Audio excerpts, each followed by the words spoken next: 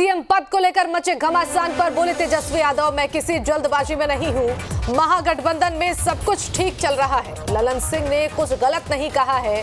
नीतीश कुमार के नेतृत्व में मुझे अनुभव मिल रहा है। ये बड़ी खबर आपको बता रहे हैं। बड़ी जानकारी इस वक्त सीएम पद को लेकर घमासान मचा हुआ है और इसी बीच तेजस्वी यादव का भी बयान सामने आया है। तेजस्वी यादव ने कहा कि मैं किसी भी जल्दबाजी में नहीं हूं।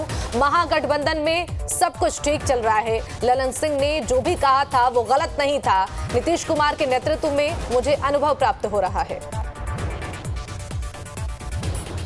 तो तेजस्वी यादव सीएम पद को लेकर मचे घमासान के बीच उन्होंने कहा है कि मैं किसी भी जल्दबाजी में नहीं हूं। महागठबंधन में भी सब कुछ ठीक चल रहा है। ललन सिंह ने जो भी कुछ कहा था उन्होंने कुछ गलत नहीं कहा था। नीतीश कुमार के नेतृत्व में अनुभव मिल रहा है। होली बाद सोच नहीं, कोई दिक्कत नहीं है। हमारा मेन मकसद है 2024 में भाजपा को भगाना और उस मकसद के साथ हम काम कर रहे हैं। आप ही के विधायक का आया है। महागठबंधन की सरकार है और नीतीश कुमार जी के नेतृत्व में चल रही है। कहीं किसी को जो है कंफ्यूज होने की जरूरत नहीं है। हम लोग विचारधारा जो हमारी है, हम लोग अपने स्वार्थ के चक्कर में सांप्रदायिक शक्तियों को आने नहीं दे सकते। एक बात समझ जाइए। मांझी जी लगातार हमलावर हैं कि हमारा बेटा भी सीएम होना चाहिए। सबकी अपनी इच्छा होती है, तो गलत बात है क्या? ना गलत। हाँ, तो क्या है ये हमलावर कहाँ है? ना, वो लगातार बोल रहे हैं। आप बोल रहे वो चाहते हैं उनका बेटा सीएम बने, तो कौन अपना बेटा को जो है ऊंचा जाते हुए या बड़े से बड़े पद पे जाते हुए नहीं देखना चाहता? सब लोगों की इच्छा होगी। आप नहीं चाहते आपका बेटा आपसे ज़्यादा नाम करे। सही बात। तो सबकी इच्छा होती है भाई, इसमें कौन सी बड़ी बात है सर? एक तो इसलिए हम ये कह रहे हैं कि हम लोगों को, हम पहले ही बता दे रहे हैं, हमको कोई हड़बड़ी नहीं। अब इसके मायने आप समझ जाइए। सही बात कि क्या है। सर, कोई धोखा तो नहीं हुआ आपके साथ? कोई धोखा तो नहीं हुआ? ये किस बात पे धोखा होगा? ये जो लग रहा है कि बात तो चेंज हो रहा है कि बनेंगे 25 में बनेंगे 24 में बोल बनेंगे। रहा है? ललन सिंह बोल रहे थे। ललन सिंह बोल रहे थे। वो आप लोग पूछ रहे हो ना 25-24 वो तो दूर की बात है। तो क्या गलत बोला उन्होंने? गलत क्या बोला? त्यागी तो बोल दिया कि 30 तक वैकेंसी। अरे भाई, ऐसा शब्द बोला है या क्या बोला? नहीं, बोले कि 30 तक हम तो सीएम चेहरा। नीतीश कुमार जी जो है उनमें क्षमता है ही ना भाई। वही बात कही है ना, 25 या 30 जी। तो क्या, और जितना आगे बढ़ेगा उतना अनुभव बढ़ेगा उनका। तो इसमें गलत क्या है? सही बात।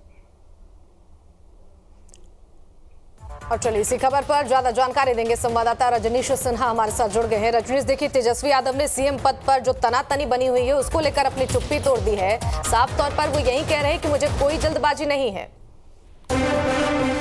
देखिए पूजा, तेजस्वी यादव ये जरूर कह रहे हैं मुझे जल्दबाजी नहीं है, लेकिन क्या वो कब तक नहीं बनेंगे, कब बनेंगे, उन्होंने कुछ भी साफ नहीं कहा। बड़े संभल कर वो बयान दे रहे होगा, वो बयान को दूसरी तरफ भी ले जा रहे थे। लेकिन साफ बात तेजस्वी यादव अभी भी नहीं कह रहे हैं, क्योंकि चर्चा ज्यादा हो रही है और इसका फायदा विपक्ष को हो रहा है। बीजेपी की तरफ से लगातार बयानबाजी हो रही थी। उस बयानबाजी को खत्म करने के लिए तेजस्वी यादव ने कह दिया कि मुझे जल्दबाजी नहीं है।